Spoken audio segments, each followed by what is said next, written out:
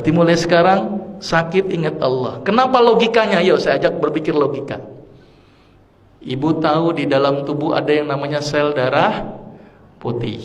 Apa fungsi sel darah putih? Untuk melawan kuman. Kalau ada kuman masuk, dia bergerak. Kumannya banyak, dia membelah diri. Setelah mati itu kumannya, karena jumlahnya yang banyak dari sel darah putihnya bunuh diri sendiri.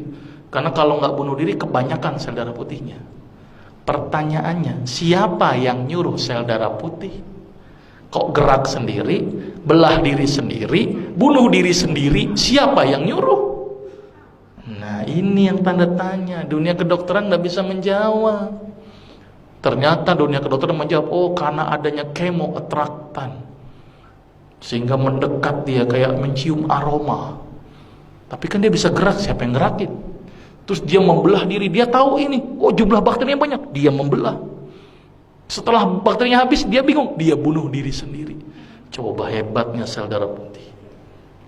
Siapa yang ngatur itu, Bu? Allah. Dan penelitian terbaru, sel darah putih bisa ngobatin plak pada didik pembuluh darah. Sel darah putih bisa ngobatin kanker. Berarti sel darah putih intinya dia bisa mengobati banyak aspek penyakit. Bahkan pengobatan kanker terbaru itu dengan menggunakan imunoterapi. Apa itu imunoterapi? Sel darah putih yang khusus untuk makanin kanker diternak di luar, dimasukin lagi. Dan harganya mahal sampai ratusan juta. Islam mengajarkan supaya imunnya aktif dengan apa, Ibu? Sholat tahajud, berbekam, minum habatus saudah dan madu. Nah ini yang ngajarin siapa semuanya, Ibu? Rasul. Ini Ibu umat Nabi Muhammad atau bukan? Oke, berarti mulai sekarang rutinkan berbekam sebulan sekali. Rutinkan madu, ganti madu dengan gula, ganti dengan madu. Sirup ganti dengan madu. Karena kita umat Islam konsumsinya harus madu. Tapi umat Islam selalu dibikin stigma, hati-hati madu palsu. Tapi yang namanya sirup palsu nggak pernah hati-hati. Sirup jelas-jelas palsu diminum, coba. Madu yang belum tentu palsu apa nggak mau diminum. Ini kan aneh umat Islam, ternyata stigma itu yang bikin kita jauh dari madu.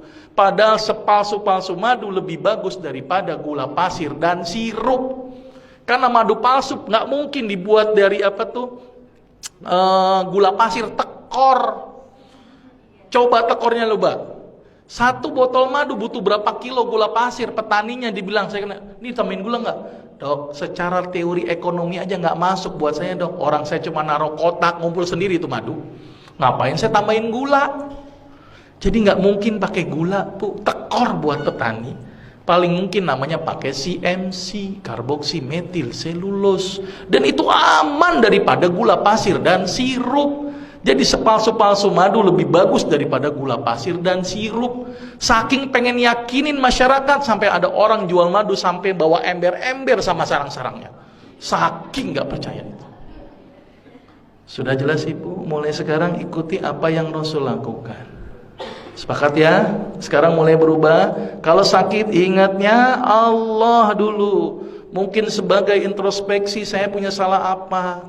Mungkin introspeksi, mungkin saya gara-gara ini. Coba makan saya yang salah. Introspeksi dulu.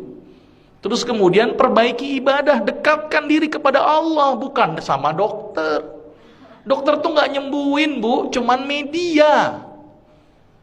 Obat yang diberikan itu hanya membantu, tapi yang menyembuhkan adalah konseptualnya adalah tubuh kita sendiri melalui Allah. Maka itu kalau sakit ingat Allah, ya. Ini paradigma sakit gimana, Ibu? Sakit seorang muslim, bahkan duri yang ngenain sekalipun, Allah akan ngapus dosa-dosa kita. Jadi kalau sakit harusnya bersyukur karena dosanya dihapuskan. Sepakat, Ibu? Berarti kalau Ibu sekarang nerima sakit harusnya bersyukur. Berarti kalau ditambahkan nikmatnya dengan menambahkan sakit gimana, Ibu?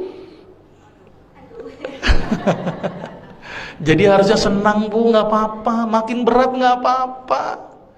Ya, karena ingat hidup kita di dunia hanya sementara, ada satu kehidupan yang tidak ada ujungnya yaitu akhirat, maka itu di dunia dijadikan satu kegiatan untuk ngumpulin amal. Jangan banyak berkeluh kesah, apalagi berobat kepada dukun. Aduh, hati-hati. Sekarang ustadz menjadi label untuk sebuah dukun, maka itu hati-hati. Nggak mungkin tulis praktek dukun udah nggak laku, ustadz.